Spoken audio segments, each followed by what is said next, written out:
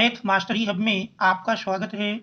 बच्चों, आज हम यूपी बोर्ड एग्जाम 2024 में संपन्न हुए विज्ञान विषय प्रश्न पत्र संकेतांक 824 IL के ऑब्जेक्टिव प्रश्नों को हल करेंगे। तो यदि अभी तक आपने चैनल को सब्सक्राइब नहीं किया है तो चैनल को सब्सक्राइब कीजिए, वीडियो को लाइक कीजिए और अपने मित्रों को शेयर कर दीजिए ताकि आगे आने वाले सभी संकेतांकों का हल तुरंत नोटिफिकेशन के माध्यम से आप तक पहुंच सके।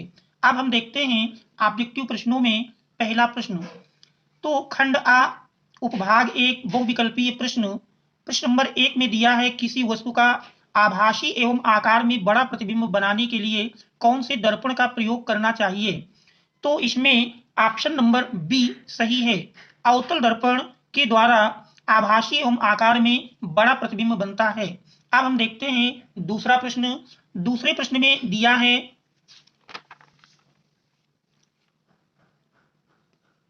हमारा दूसरा प्रश्न है, किसी वस्तु का आभासी एवं आकार में बड़ा प्रतिबिंब बनाने के लिए कौन से लेंस का प्रयोग करना चाहिए। तो किसी वस्तु का आभासी एवं आकार में बड़ा प्रतिबिंब बनाने के लिए हमको उत्तल लेंस का प्रयोग करना चाहिए। तो इसमें हमारा ऑप्शन ए सही है।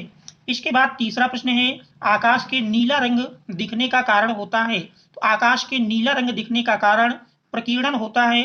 तो इसमें ऑप्शन सी सही है। चौथा प्रश्न है, प्रकाश की चाल अधिकतम होती है। तो प्रकाश की चाल अधिकतम निर्वात में होती है। ऑप्शन डी सही है। इसके बाद पांचवा प्रश्न है। पांचवें प्रश्न में कह रहे, यदि 3 विभिन्न मानों के प्रतिरोधों को श्रेणी क्रम समायोजन में जोड़ा जाए तो उन सभी में निश्चित रूप से एक ही मान होगा। तो दिए गए विकल्पों में यदि देखें तो इसमें पहला विकल्प हमारा दिया है, क्या प्रत्येक प्रतिरोध के सिरों के बीच का विभवांतर। बी है, प्रत्येक प्रतिरोध में उत्पन्न होने वाली ऊष्मा का। सी है, उपर्युक्त प्रत्येक प्रतिरोध में प्रवाहित होने वाली विद्युत धारा का। और डी है, उपर्युक्त में से कोई नहीं। तो हम जानते हैं कि यदि 3 प्रतिरोध को श्रेणी क्रम में जोड़ा जाए तो श्रेणी क्रम समायोजन में सभी प्रतिरोधों में धारा समान बहती है। तो इसमें हमारा ऑप्शन नंबर सी सही है। और यदि प्रतिरोध समांतर क्रम में जुड़े होते हैं तो समांतर क्रम में सभी में विभवांतर का मान समान होता है। और यहाँ पर चूंकि प्रतिरोध श्रेणी क्रम में जुड़े हैं इसलिए प्रत्येक प्रतिरोध में प्रवाहित होने वाली विद्युत धारा का मान समान होगा। तो ऑप्शन सी सही है। इसके बाद छठा प्रश्न है, किसी विद्युत परिपथ में किसी प्रतिरोध के सिरों के बीच विभवांतर की इकाई होती है। तो विभवांतर की इकाई हम जानते हैं वोल्ट। ऑप्शन सी सही है। इसके बाद सातवां प्रश्न है। सातवें प्रश्न में दिया है, एक चुंबकीय क्षेत्र में क्षेत्र के लंबवत स्थित विद्युत धारावाही चालक पर लगने वाले बल की दिशा होती है। ए नंबर चुंबकीय क्षेत्र की दिशा के समानांतर। बी है, चालक में प्रवाहित होने वाली विद्युत धारा की दिशा के समानांतर। और सी है, इन दोनों दिशाओं के लंबवत। और डी कह रहा उपरयुक्त में से कोई नहीं।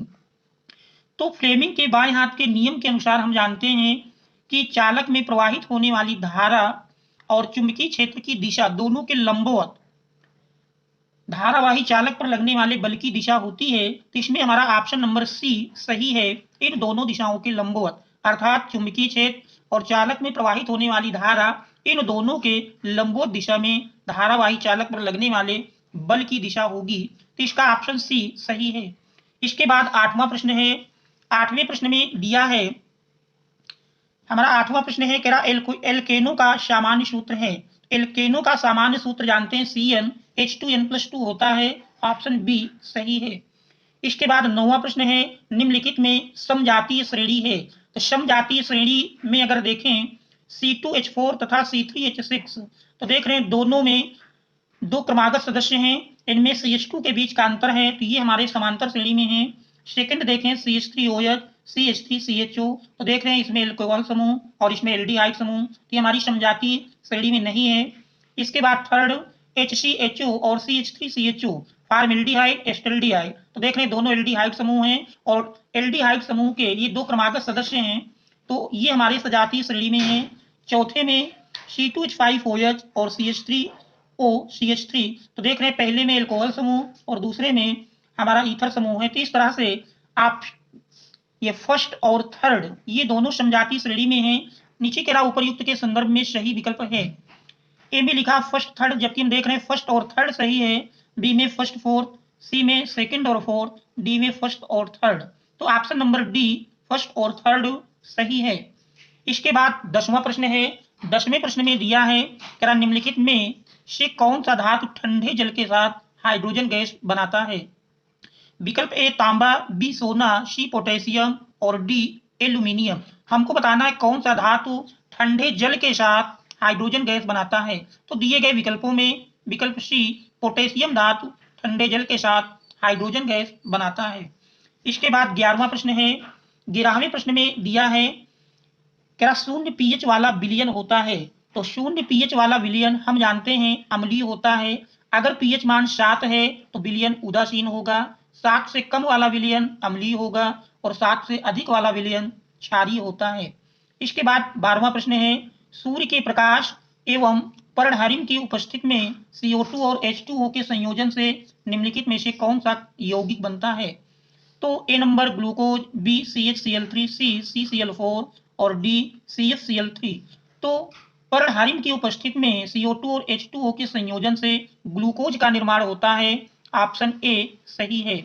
इसके बाद 13वां प्रश्न है। क्या निम्नलिखित रासायनिक समीकरण को पूर्ण करने में निम्नलिखित में से कौन सा यौगिक प्रयुक्त होता है। CH3COO Na+ CaO की उपस्थिति में CH4+ Na2CO3। हमने मेथेन बनाने की प्रयोगशाला विधि पढ़ी है। सोडा लाइम पर जब सोडियम एसीटेट पर सोडा लाइम की क्रिया होती है तो मेथेन गैस का निर्माण होता है। तो इसमें हमारा ऑप्शन नंबर बी सही है। इसके बाद अगला प्रश्न देखते हैं। अगले प्रश्न में दिया है प्रश्न नंबर 14। क्या पौधों में फ्लोएम का कार्य होता है। तो पौधों में फ्लोएम का कार्य दिए गए विकल्पों में एक जल व खनिज पदार्थों का परिवहन, बी वाष्पोत्सर्जन, सी खाद्य पदार्थों का स्थानांतरण और डी उपर्युक्त में से कोई नहीं। तो पौधों में फ्लोएम का कार्य होता है हमारा खाद्य पदार्थों का स्थानांतरण। तो इसमें ऑप्शन सी सही है। अब हम देखते हैं 15वां प्रश्न। 15वें में कह रहा मनुष्यों में पाचन की शुरुआत किस अंग से होती है। ए मुख, बी यकृत, सी छोटी आंत, डी पित्ताशय। तो मनुष्यों में पाचन की क्रिया की शुरुआत मुख से होती है। ऑप्शन ए सही है। फिर है 16 नंबर। निम्नलिखित में से कौन सा एक पादप हार्मोन है। ए थायरॉक्सिन, बी जिब्रेलिन, सी एस्ट्रोजन, डी इंसुलिन। तो दिए गए विकल्पों में अगर हम देखें तो जिब्रेलिन एक पादप हार्मोन है। तो विकल्प नंबर बी सही है। इसके बाद 17वां प्रश्न है। 17वें प्रश्न में दिया है क्या वृद्धि हार्मोन स्रावित होता है। तो वृद्धि हार्मोन स्रावित होता है ऑप्शन ए थायराइड ग्रंथि से, बी पिट्यूरी पीयूष ग्रंथि से, सी अधिवृक्क ग्रंथि से और डी अग्न्याशय से। तो वृद्धि हार्मोन स्रावित होता है। तो दिए गए विकल्पों में अगर हम देखें तो विकल्प बी पिट्यूरी पीयूष ग्रंथि से स्रावित होता है। ऑप्शन बी सही है। इसके बाद 18वां प्रश्न है। 18वें प्रश्न में दिया है 18वें प्रश्न में कह रहा निम्नलिखित में कौन सा पराग कोश के अंदर बनता है। ए बाह्यदल पुंज, बी परागकण, सी अंडाशय और डी भ्रूणकोश। तो पराग कोश के अंदर ऑप्शन बी परागकण बनता है। तो इसमें हमारा ऑप्शन बी सही है। इसके बाद 19वां है पुष्प का जनन अंग है। तो दिए गए विकल्पों में ए बाह्यदल पुंज, बी दलपुंज, सी जायांग और डी तना। तो पुष्प का जनन अंग ऑप्शन सी जायांग होता है। तो विकल्प नंबर सी सही है। इसके बाद 20वां है वायुमंडल की ओजोन परत पृथ्वी को बचाती है। ए एक्स किरणों से, बी परावैंगनी किरणों से, सी गामा किरणों से, डी उपर्युक्त में से कोई नहीं। तो दिए गए विकल्पों में वायुमंडल की ओजोन परत परावैंगनी किरणों से बचाती है। तो ऑप्शन बी सही है।